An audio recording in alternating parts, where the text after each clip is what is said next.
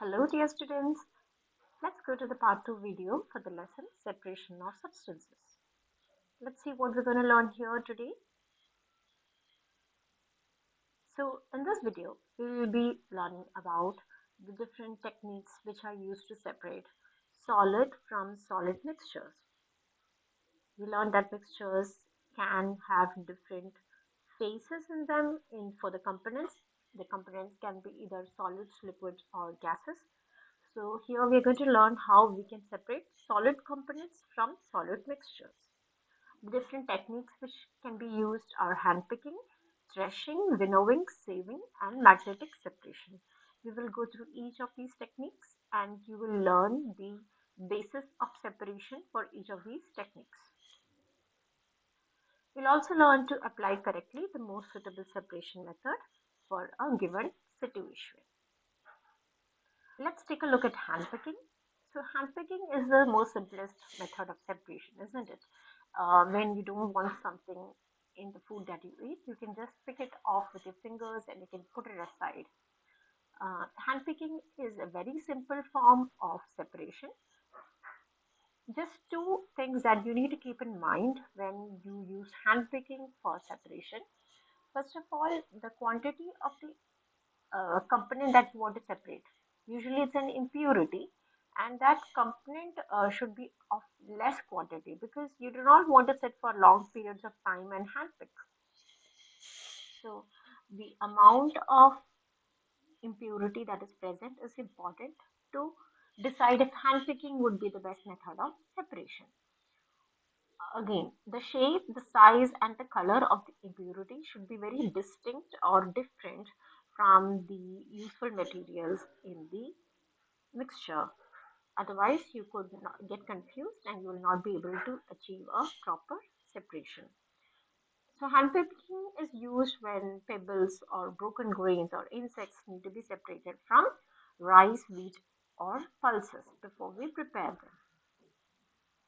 Right? Very simple method of separation. Have you seen rice or grains such as wheat grow in the fields? They look like this. Cereals are basically belonging to the grass family. So they belong to the grass family. They look like grass too. And the cereals that we eat are basically the seeds of the grass variety. But the food that we eat is actually very different from this, right? The cereal is just the seed part alone of this plant. How do farmers achieve the separation of the seeds from this plant? Let's take a look. So when the field is mature, when the harvest is mature and it is time to cut it down, the process is called as harvesting. And when that is done, the seeds have to be separated from the stalks and the rest of the plant. And this is done through a method which is called as threshing. What is threshing? Threshing is a method in which the stalks of the plant, it is dried and then it is tied into bundles and then it is beaten against a hard surface such as a drum. Repeatedly it's beaten so that the seed part separates and falls, it gathers there and the bundles are then used as fodder for the animals. So threshing is a method in which grain seeds are separated from the harvested stalks. And it can be done in three ways. It can be done manually, like the picture that we just saw. It would require a lot of labor to do manually, and therefore farmers have come up with methods using animals too, which were used later. And as of now, as of recently, threshing is done using large machines which are called as combined harvesters.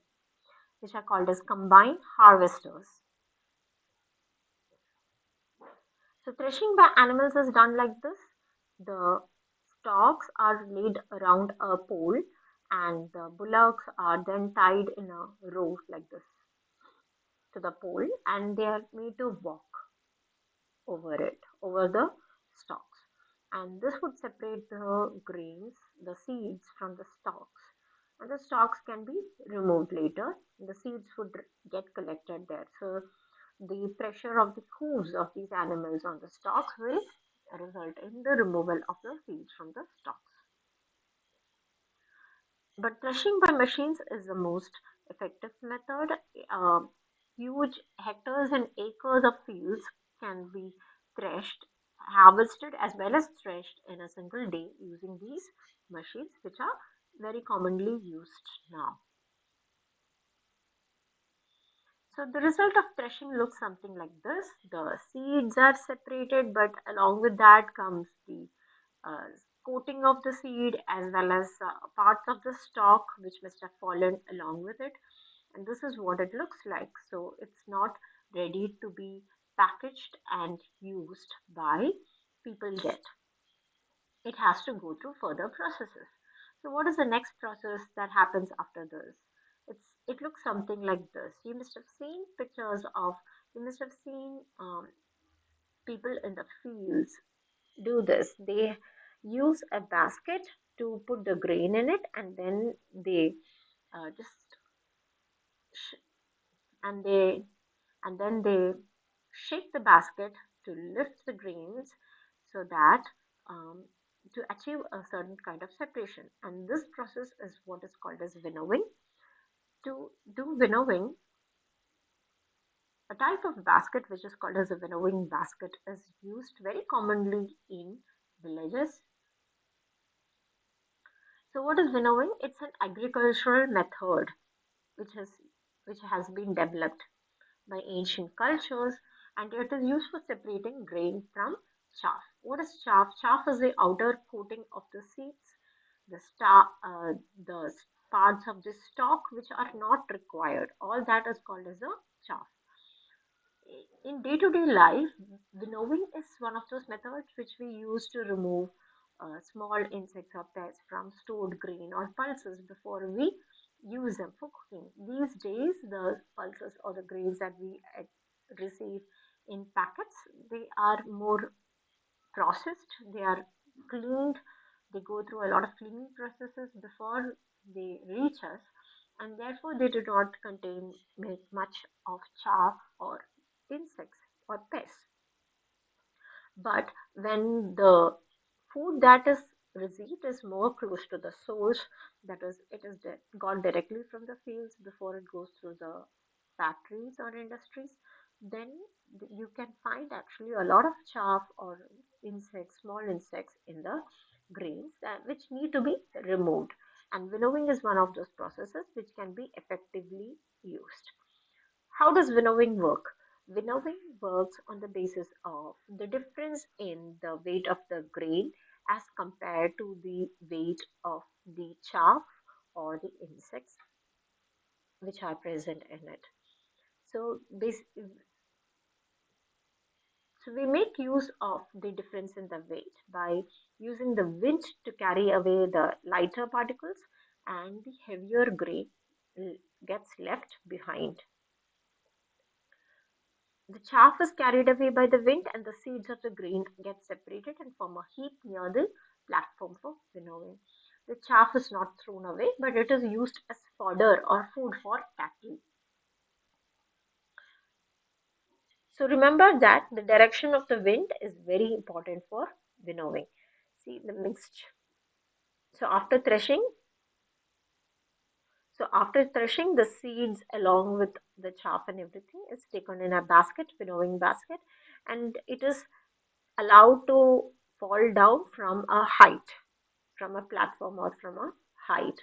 So the good seeds, the good quality seeds would collect in a bucket or on the ground directly below the basket. The wind, depending on the direction of the wind, it would carry away the chaff as well as a small seed, which is not very good quality.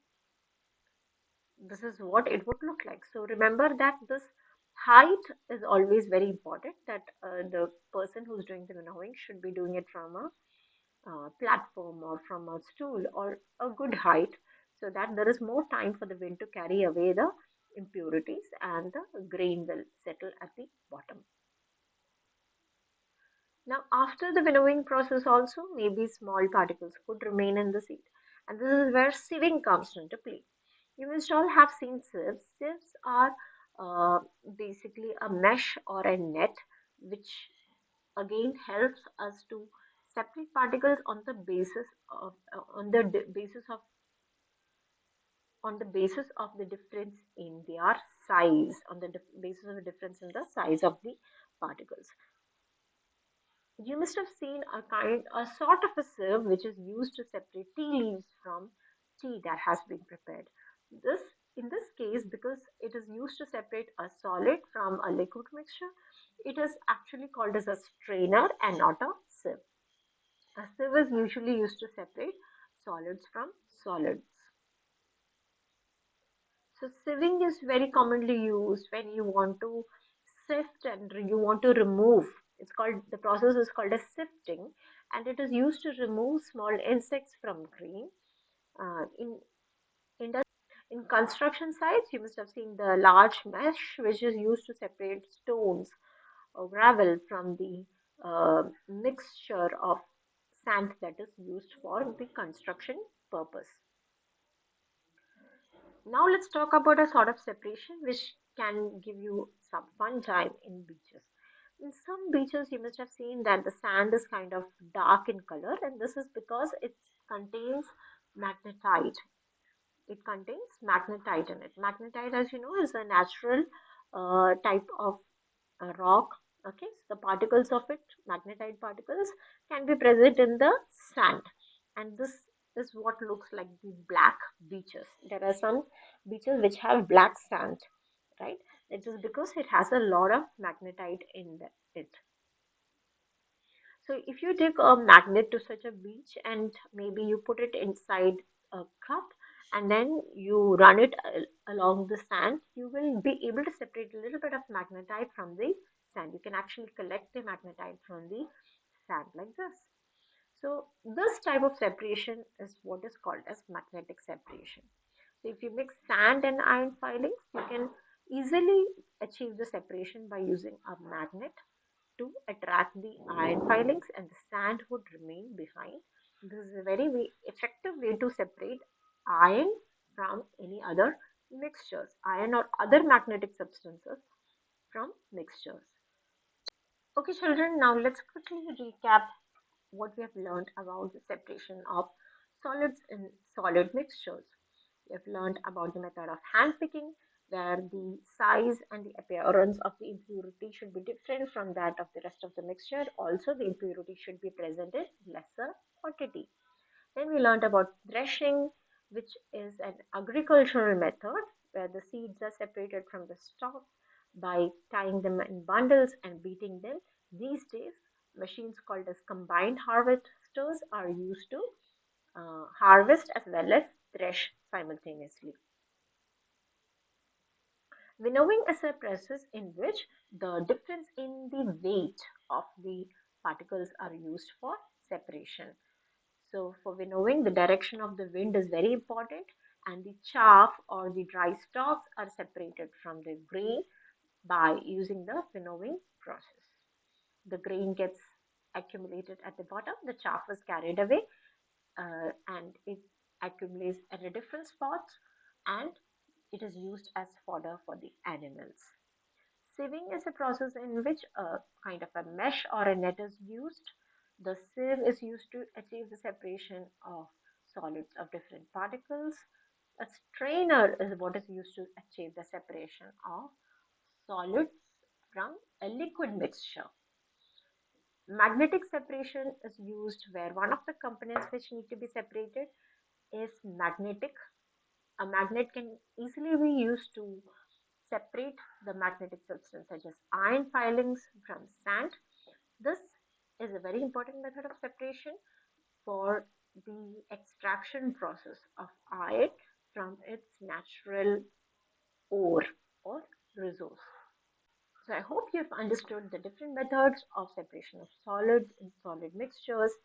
In the next video, we will learn more about the separation of solids in liquids as well as liquids in liquids. I'll see you in the next video. Until then, keep learning. Bye-bye.